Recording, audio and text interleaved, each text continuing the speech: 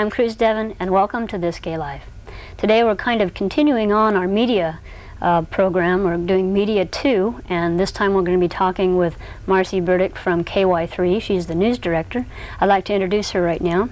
Marci, why don't you tell us a little bit about yourself and how you came to be working at KY3? I started working in the media when I was 14 years old, working for a radio station in South Dakota through a student program. This was when FM radio was still kind of a new thing, so it tells you how long ago that was. And continued working there and got into coverage of some news issues. The first big thing I covered was the 1975 American Legion World Series tournament. Then when I was 18, I was going to college and continuing to work at this radio station, and a new ABC affiliate went on in my hometown in Rapid City, South Dakota, and I was recruited for a job. Basically, I was told two things. They were looking for a female. There had never been a female on air in a news, weather, or sports position full-time in that city. The only female who had been on the air was kind of doing society-type stuff. And the second was they wanted somebody local because this station was importing a lot of people. Obviously, to find people with television experience, they were importing people from out of town. This was 1976. And I auditioned for the job. I had an extensive speech and debate background and high school journalism, and got the job and started doing weather. That was my main job, and getting into reporting.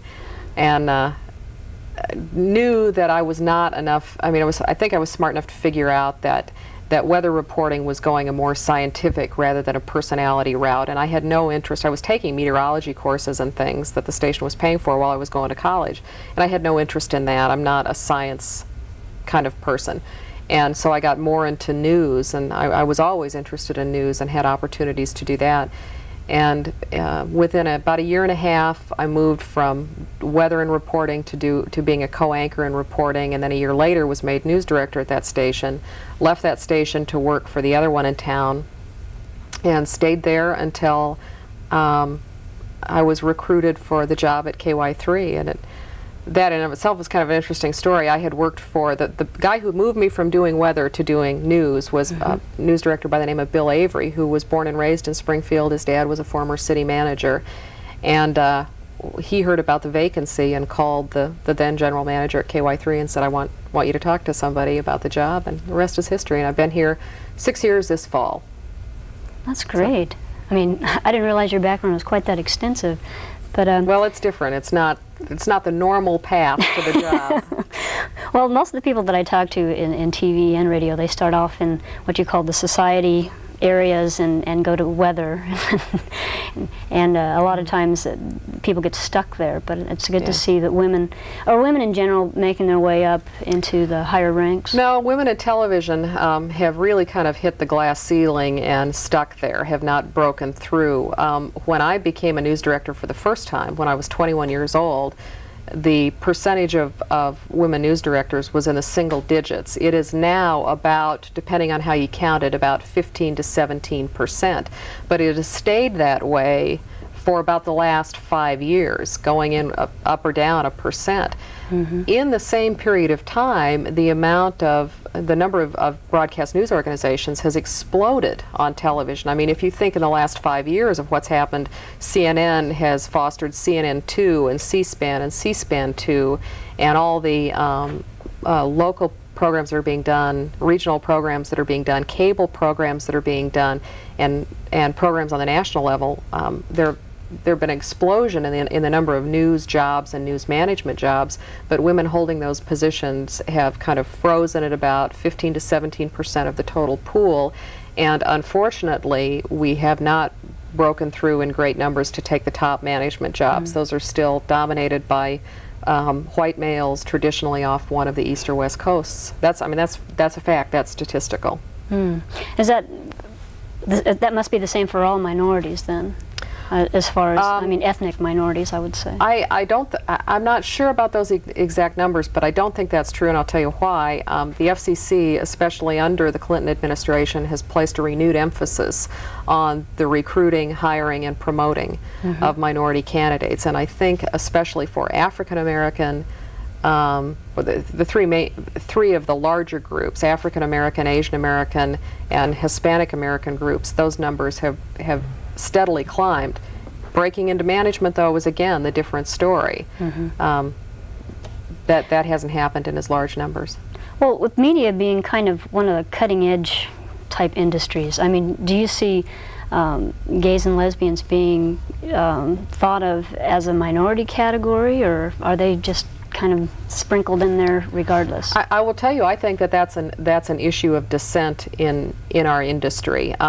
We've talked earlier, and I have a study that was done in April of '93, and it was a joint venture of the Radio Television News Directors Foundation, which is the foundation of an association that is the largest organization in the world representing radio and television news managers, and the National Association of Lesbian and Gay Journalists, and it was a jointly funded project.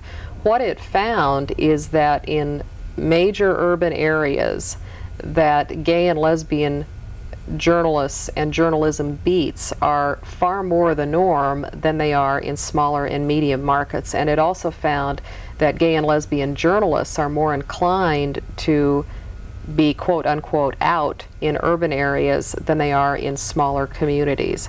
And I think that that's reflected then in the management of stations around the country who A, have not had to address it as an issue, B, have not had people in the community saying, here's what we're doing, here's what we're involved in, whether it be socially, politically, or any other way. They either have not had to face it or have not chosen to face that issue. And then I think a very real concern still among some managers is what happens if my lead male anchor announces that he's gay. We would all like to believe that the community that has accepted him for his credibility for years and years and years would continue to do that. But I think there are a lot of managers in the country who say, I don't know if that would happen. And I would just kind of gut it for some reason, that would gut the whole ability to believe the news from this particular person because they had admitted they were gay. It's hard to tell. As you know, people feel very strongly about this issue. There are two extremes that are polarized. There is a large group of people in the middle who don't know how they feel, who have a little more, I don't know if the word is tolerable views, or but just haven't sorted it out in their own minds. But unfortunately, or fortunately, I mean, our job as journalists is we represent all those people. And our job is to cover the news stories that reflect the points of all of them. I think most enlightened organizations acknowledge and respect the views of all those parties, but don't reject one, undercover, or not cover one view because of its potential political implications. Well, that would be kind of different. I mean, it's not like as if an African American would go on and say, by the way, I'm an African American. It wouldn't make any difference. But well, that's a big issue. I mean, for journalists who want to represent the diversity of the audience they serve in their newscasts, if you are doing a story about business growth, perhaps the thing that you do is go to your trusty Rolodex and your sources on business stories are 4 white men. So to be a journalist who has in mind the objective of reflecting the diversity of your audience, you might say, that's not very reflective, and we always go to these 4 guys. Can we find a woman? Can we find a person of color? And by doing that, I think sometimes it reminds people in the community that there are other experts. There are not just 2 or 3 experts. And you really can't do that when you cover gay and lesbian issues. If you're looking for one of those white males, you don't go down the list and say, gee, does one of these guys happen to be gay? And when you interview that person, you don't, if it has no context in the story, you don't say, thank President Joe Smith, who also happens to be a gay man. I mean, there has to be some relevancy and connection there. And I think that's been one of the criticisms from gay and lesbian viewers, is that the only time we see gay and lesbians on television openly is when you're covering AIDS. And news managers across the country will say, well, that's terrific, let us know who you are, let us know what you're involved in, and try and do some outreach. But secondarily, it has to have context. Mm-hmm. I mean, yeah, something in there. Well, how is there a certain way that you decide, like in KY3 at the studio, and you're all deciding what's going on, and obviously there's going to be breaking stories that are going on, and that may be like an event. But as far as like feature stories and stuff like that, how are the decisions made? Is that from like top management, or is that from the newsroom? We have a pretty collegial atmosphere in our newsroom. I don't ascribe to the belief that one person, regardless of how long they've been around or their title, knows more than everybody else somehow magically. We have a process where we get together 2 times a day in a formalized way. One is at 8:30 in the meeting, 8:30 in the morning, in a meeting where we look at how the game plan is coming together for the day. Now, some of those things are obviously predetermined by major news events, breaking news, you know, franchises that you have that are locked into place, available staff. Some of those things are locked into place.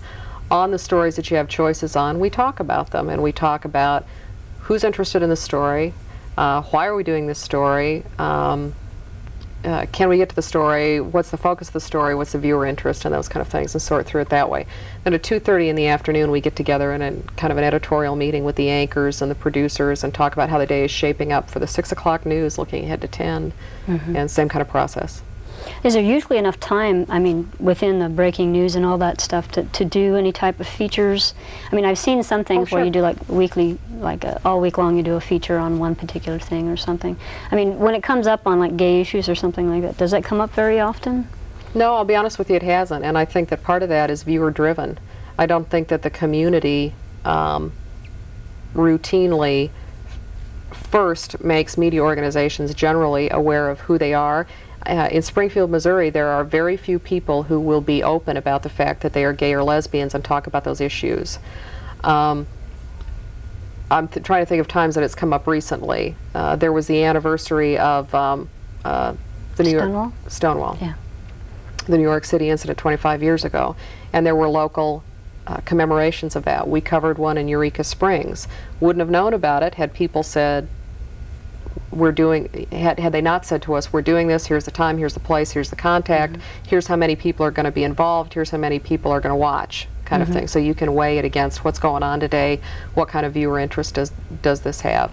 Certainly the AIDS issue has resulted in an extraordinary amount of coverage of gay issues, mainly because it has caused discussions of those issues that before people could say, I don't want to hear it, I don't want to know it.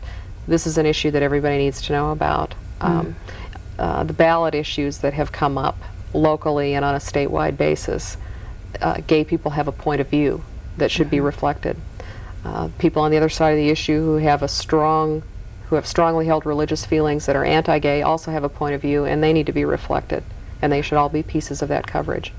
What about the mediocre middle, the people who are just kind of like, well, I see this going on and I see this go on. In most of the media, especially during the elections, there was very few, points of view of the people. I think that's true, though. I think that's true of any issue, and I think that's not only true here, but statewide and nationally. It's no secret that people are only motivated to get involved in issues when it seems to affect them some way directly. That there's a very small percentage of people who, on any issue, are getting involved just for the good of the citizenry. Voter numbers are down. Cynicism about government is way up. And it's very tough to find people who will reflect a point of view just about any issue. I mean, if you do the traditional man on the street today on any ballot issue, and I would bet money that if on any issue that's going to face voters in either the October or the August election or November, if you survey 10 people on the streets today and you ask them, what do you think about the entertainment zone, or what do you think about X, probably 6 of the 10 would say, oh, I don't know, I don't care. And that's sad. That's sad, but it's true. So I don't think it's just an issue relevant to gay and lesbian coverage that the only people that you hear from are passionate on one side or the other. I think that's true with any issue. With any issue, yeah. Well, over the years, being in media for a while, I'm sure you've seen a change. Well, not only with, say, the way women's issues are covered or minority issues are covered. Mm-hmm. How has it changed, and especially in the last few years? Because it seems, because of not only the AIDS crisis, but like it seems more visibility nationally. There have been a lot more stories about gay issues, or actually, I should say, gay happenings, like gatherings or something. How has it changed? Well, I think the fact that there is coverage at all is the biggest change. When I started in this business in 1976, it would have been unheard of, except maybe in San Francisco. It was unheard of. It just did not happen because that was something one didn't discuss. What people, and maybe it's a reflection of a little more openness in society as a whole. But I think AIDS, and I hate to use the word credited, but it is credited with starting coverage of gay issues. And I think it's that coverage has crossed the slate from issues of domestic partnerships and adoption to health issues, to lifestyle issues, but also on the other side to people who feel that there's an agenda from the extreme left wing of the gay movement, with bombings and that kind of thing. So I think the coverage really has run the gamut, and that's what we do. There is no doubt in my mind that by doing this program, I'll get calls from people who reflect a point of view that don't think I should be on this show talking about it, don't think KY3 should cover gay issues, and they will be extreme in their views. And my response to them is the same as it is to people who are on the far left, is that these issues deserve coverage. No reporter has a right to silence a voice. We just have to make sure that for every person who reflects one point of view, another is reflected. So it's like an equality thing across the board. Basically everything shows up, and it's not just focused on one thing. I know there's a lot of people in the area that call the press liberal, the liberal media, and you see quite a few bumper stickers around town on cars about that, and that always kind of gives me a snicker, because I know how difficult it is, especially from a group of people and in our community. You almost have, getting news and information out of them is like pulling teeth. Because they don't send you the news releases of what's going on, and I know the gay community is pretty, they've done a lot lately, but I think we need to do more to keep the media informed about what we're doing. Otherwise, we really don't have ground to stand on to say, well, you didn't cover this, and well, we didn't know. And I've heard that from several people in the media. That's true. That's a very legitimate point on any issue. People are. In a lot of ways, the media never wins. You can never please everyone. When we covered the Stonewall anniversary, we got 4 calls that night, people who were livid that we would, quote unquote, expose their children to that. If we don't cover it, we get calls from the people who said, we told you about it, you weren't there, you're censoring news because we're gay. And so it's kind of one of those things that you never can win, and the only thing that you can that you can hope you can be accused of is that you were fair. And if that's the worst thing that ever happens to us, we'll be okay. You said only 4 calls. Boy, I think that's kind of amazing. It was also a Saturday event, though, too. Saturday newscasts tend to have the lowest viewership of the week, and that's when the event was, Saturday in Eureka Springs, and it was covered that day on a Saturday.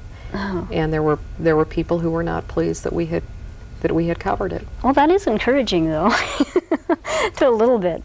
I mean, the way that, with culture changing now, I mean, I think all of America, not just gay culture, but I think all of America is in a real flux position where it's almost like we're getting ready to jump into something, and then we're not really quite sure what it is. How do you see the media changing towards the future as far as covering issues and stuff? I mean, I realize it's an opinion and stuff because nobody has the little crystal ball that prints it out in a... Well, I'm kind of smiling because if you asked certain elements, they'd say that we all have a secret agenda and that we, communicate by computer, and and probably both sides would have accusations about our secret agenda. Well, I'm here to tell you, we don't even talk to each other, you know, much less anybody nationally. What was the number for that agenda? Yeah, No, the agenda hotline, call now, 1-800. I don't, you know, sometimes I just wish I knew where this industry was going. I think that one of the things that you have seen is there's going to be more media, not less, and there will be more outlets for programming opportunities across the board, locally as well as nationally. When you talk about cable proliferation and fiber optics, we have seen just with, I mean, probably the best example is Nickelodeon. 8 years ago or 10 years ago when they started, people said, "You're nuts, you'll never make money with something that's just targeted for kids." Well, they have proven that niche programming works. Where there's a need and there is a niche to fill it, people will flock. I think there will be more specialized programming for all groups, whether they be stay-at-home moms, whether they be working women, whether they be people who are gay and lesbian, whether they are for older people and senior citizens. I think there'll be more specialized programming across the board. Secondarily, I don't think that coverage of gay issues is going to go backwards. I think that once you start getting people having dialogue about issues, that only goes forward. That nobody is going to say at some point, "Well, tried that, didn't work, shut the door." I guess that's just a broad answer to the question. I don't know with specificity where any of that might go. Well, one of the big changes I've seen, especially in TV type news, say even like 5 years ago, 6 years ago, and in different markets, whenever the story was about a gay thing going on, whether it was a pride picnic or something, there was like real fast cuts, and everything was like just flash, flash, flash, so you could never really get... I'll tell you why that is. I mean, I remember vividly about 3 years ago, there was an event at Park Central Square that we covered. And I cannot tell you how many people were there that came up to our photographer and said, "Please don't use my face. My family doesn't know I'm gay. My church doesn't know I'm gay. My employer doesn't know I'm gay. Please don't show my face." And that's why. I mean, that's a reality of life. And we try and be sensitive to that. I mean, you could go, you could play the hard nose. "Hey, it's a public square. You knew it was a public event and you showed up, pal." But we do try and be sensitive to people who say, I was here for reasons other than to be on TV, and I would appreciate it if you didn't violate my privacy. I mean, we do try to balance that and be sensitive to that. But that's why. Well, that's one, but that's seemed to have changed a little, though. Now it seems that more people are more willing to go on camera or be photographed and say, "Yeah, I'm gay, so what of it?" And it just seems that now it's not so much like a real strange flashing like dance scene versus an actual news story, and that's one thing that I've seen change. And with the change, there's supposed to be a gay cable network starting as well, and you were talking about the niche marketing and stuff. I see that too.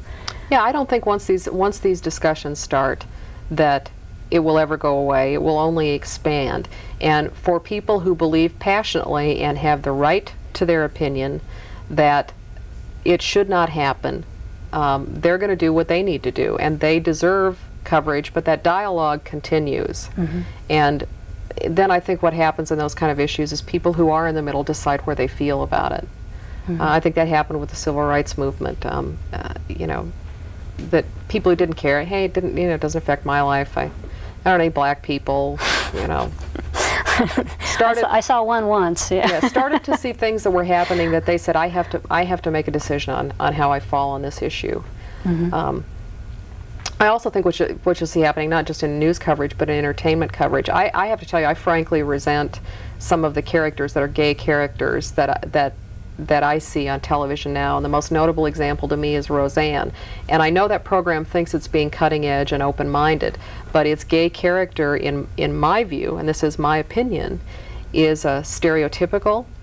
If I were a gay person, I would be insulted by that character. She's constantly on the prowl for a date or for a relationship. But I think if you're going to do that, and if you're going to make a conscious decision as a purveyor of entertainment programming that you were going to introduce that character for whatever reason, that at least introduce an honest character. Yeah. Introduce somebody who's normal, or, well, or average maybe. well, yeah, somebody who is representative. Not so much the caricature. Yeah. Well, yeah, I mean, I resent the caricatures of the, of the working mother. Well, they had the same problems with minorities. They still do. The Bill Cosby versus the actuality versus who knows what, or Black Sambo or whatever it is, type caricatures of the African Americans. Well, we're starting to run out of time here. If you could let our viewers know if they have a story or if there's going to be an event and they think it's important for the news to know or the media to know, what is the best way for them to contact you? There are any number of ways.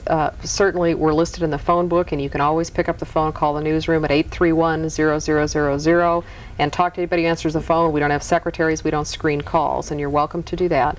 Second thing is send a letter to Post Office Box 3500, Springfield 65808. Send a fax to 866-8987.